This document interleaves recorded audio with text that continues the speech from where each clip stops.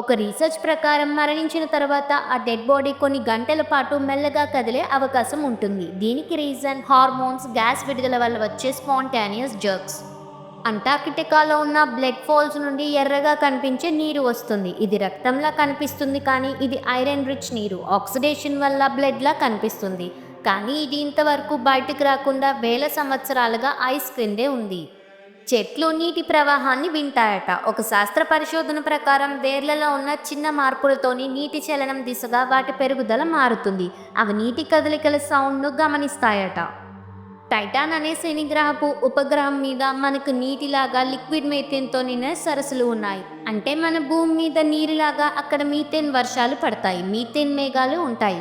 మన శరీరం వాస్తవానికి బయోఫోటాన్లు అనే చిన్న వెలుగును రోజంతా విడుదల చేస్తుంది, కానీ ఇది మన కంటికి కనిపించదు, ఎందుకంటే ఇది సాధారణ కాంతి కంటే 1000 రెట్లు తక్కువ.